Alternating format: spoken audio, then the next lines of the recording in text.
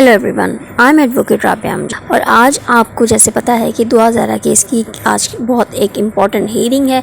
एजाज ए मेमन जज साहब के पास ये केस लगा हुआ है। मेहंदी काज भी अदालत के बाहर पहुंच चुके हुए हैं और वेट कर रहे हैं जिब्रान नासिर साहब का। जैसे वो आएंगे वो अदालत में जाके पेश होंगे, अदालत में अपनी हाजिरी देंगे और दलाइल पेश करेंगे। तो अदालत में पेश होने के बाद जो उनके दलाइल उन्होंने दिए अदालत में, जिब्रान नासिर के मीडिया से बात कर रहे हैं, वो बातचीत क्या है वो आपको सुनवाते हैं। तो चले देखते हैं जिब्रान नासिर की एक्सक्लूसिव कन्वर्सेशन विद मीडिया। उनके दलाइल मंडे को सुने जाएंगे, हमारे दलाइल आज मुकम्मल हो गए, जज साहब ने नोट कर लिए हैं।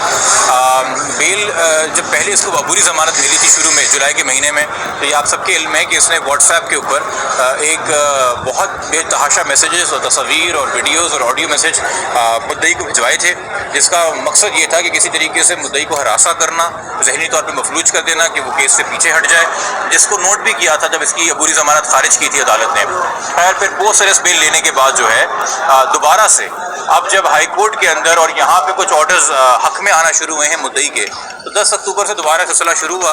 10 अक्टूबर को एक पैगाम आया, ऑडियो मैसेज जो कि आने के बाद डिलीट हुआ, थोड़ा बहुत जो सुन सके मुद्दई, उसमें मुद्दई ने बताया कि वो कह रहा है कि आपको पहले भी मैंने कहा है कि इस मामले को ख़त्म करें और आपके आगे जो बच्चियाँ उन बच्चियों के नाम लिए, बरिया और सकीना, उनके बारे में सोचें। ये काम ये पहले भी कर चुका है, उनका नाम लेके रेफ़र कर चुका है। उस वक्त तो इन्होंने ये मैसेज सुन लिया। फिर बाद में आपको पता है कि 13 तारीख को वालिदैन की मुलाकात हुई फैमिली जज के साथ शेल्टर होम में। तो ये सारी चीज़ें देखते हुए 14 तारीख को उसने 2 साल की जो मुद्दई की सबसे छोटी बेटी है उसकी तस्वीर अपने व्हाट्सएप के डिस्प्ले पिक्चर पे लगा ली। अब वो छोटी बच्ची ना ज़हीर के रिश्तेदार है, ना ज़हीर का ख़ानदान वाला उन्हें जानता है, ना ज़हीर के कोई दोस्त से जानते होंगे। व्हाट्सएप पे उस पर एक ही बंदा है जिसके लिए वो तस्वीर लगाई गई है, वो मुद्दई है। मुद्दई को ये बताने के लिए, और उसमें एक और तशवीशनाक बात कि वो तस्वीर जो बच्ची की लगाई गई है वो सोशल मीडिया के किसी प्लेटफॉर्म पे अवेलेबल नहीं है। वो दुआ के साथ जो टैबलेट गया था, जिसको ज़हीर कहता है कि जी वो शुरू में ही गुम गया था, ये तस्वीर उस टैबलेट से ली हुई है, ये तस्वीर उस टैबलेट के अंदर थी। तो टैबलेट का कंटेंट अभी तक इसको मुहैया है, मगर पुलिस को बताता है कि वो टैबलेट गुम गया है, जिस टैबलेट के जरिए उसने सबसे पहले दोबारा से रब्ता किया था और राब्ते में आया था। तो ये सारी चीज़ें जो हैं दोबारा से एक बाप को पता है कौन कौन से लीगल बैटल्स हमने लड़े हैं कि जो बड़ी इसमें विक्टिम है उसकी तस्वीर, उसकी शक्ल जहाँ जहाँ इंटरनेट के ऊपर है वो रिमूव कराई जाए। अब ये छोटी बच्चियों की धमकी दे रहा है, तो मुद्दई की जिंदगी क्या रह गई और एक किस किस्म के कर्ब से गुजारना चाहता है। तो हम ठीक है, हम वकील हैं, अदालतें हैं मदद करने के लिए, मगर ये जो मामलात होते हैं रिलेटेड आपकी रेप्यूट से, आपकी तकद्दुस से, या आपकी फैमिली की प्रिवेसी से, या जो हम जिसको चद्दर और चारदीवारी कहते हैं, या घर का जो कहते हैं वो एक प्रिवेसी होती है, उसको जब आप वायलेट करते हैं तो उसका ट्रॉमा या जो उसके आफ्टर इफेक्ट्स हैं वो आपको एक सोशल बैकलैश मिलता है। आपको लोग धुतकारते हैं, आपके लोगों को तरह तरह की बातें करते हैं और पता नहीं किन किन को लोगों को बैठा के ऑनलाइन के बारे में ऑलरेडी बातें क्या क्या की जा चुकी हैं। तो ये पहले भी ऑडियो मैसेज भेज चुका है कि दोबारा ये हरकत कर रहा है। हमारा काम था अदालत को बताना। हमने कोई इसकी बेल कैंसिलेशन सुप्रीम कोर्ट में या हाई कोर्ट में पहले फाइल नहीं की। हम कोई इस बजद नहीं थे कि बस इसको हमने जेल में ही देखना है, इसको जेल में सड़ता देखना है, हर हाल में इसकी बेल कैंसिल करनी है।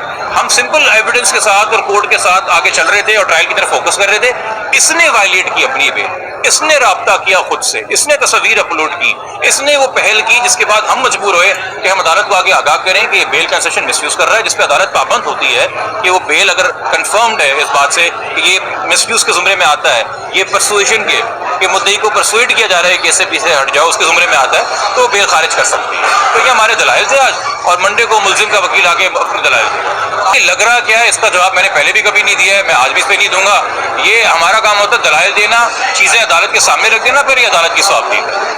आपको रख के देखिए कि अगर किसी इंसान ने आपकी 13 साल की बच्ची को अगवा किया हो, या आपका मौक़िफ़ हो कि आपकी बच्ची को अगवा करके ले गया है और पंजाब में किन किन शहरों में घूमता फिरता रहा है और 3 महीने तक पता ही नहीं बच्ची का कुछ था, और उसके बाद उसने वो शादी का जो भी ढोंग ड्रामा या दावा किया है, और अब फिर वो आपको आपकी छोटी बच्ची का नाम लेके उनकी तस्वीर भेज रहा है, तो आप क्या व्यू फॉर्म करेंगे?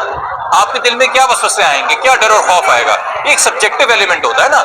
जिस तरह कुछ केसेस के अंदर मुझे अगर कोई कराची शहर में कोई सरदार या कोई वडेरा आके बोले कि भाई देख लो अगर हमारे खिलाफ केस किया तो शायद उसका मुझे इतना असर ना हो, मगर अगर मैं उसी कबीले का हूँ और मैं उस गांव में रहता हूँ और मैं उसकी ज़मीनों पे काम करता हूँ और उसका मोहताज हूँ, और मुझे वो यही जुमला बोले कि देख लो भाई फिर आगे क्या करना है, तो उसका खौफ और होगा। तो ये चीज़ें विटनेसेस के हवाले से सब्जेक्टिव होती हैं। इन हालात में कि बच्ची के बाप है, आप नहीं है, मैं नहीं हूँ, जज साहब नहीं है, हमें अपने आप को बच्ची के बाप की जगह पे रख के सोचना है कि क्या ये मेरे लिए थ्रेट है कि नहीं है। भेजा था सबसे पहले जिस दिन इसको पूरी जमानत मिली थी वो ये था कि ABCC के दफ्तर में आके मुझसे मिलो, मामला खत्म करते हैं। ये सरकारी मेहमान है IG सिंध गुलाम नबी मेमन साहब का, ये मैं बात पहले भी कह चुका हूँ, और ये सवालात उनके पास लेके जाया करें। एक अगर सिविल के अंदर कोई ऐसा इंसान है जो वर्दी में नहीं पहना हुआ, अपने आप को पुलिस अफसर डिक्लेयर नहीं कर रहा, उसको गुंडा ही समझिए, उसे डरने की जरूरत नहीं है।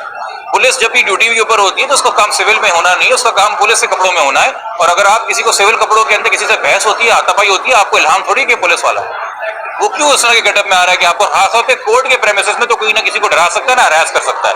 तो मीडिया को खौफजदा होने की जरूरत नहीं है, रिस्पॉन्सिबल रिपोर्टिंग करें, मगर किसी के डर खौफ में भी ना आए।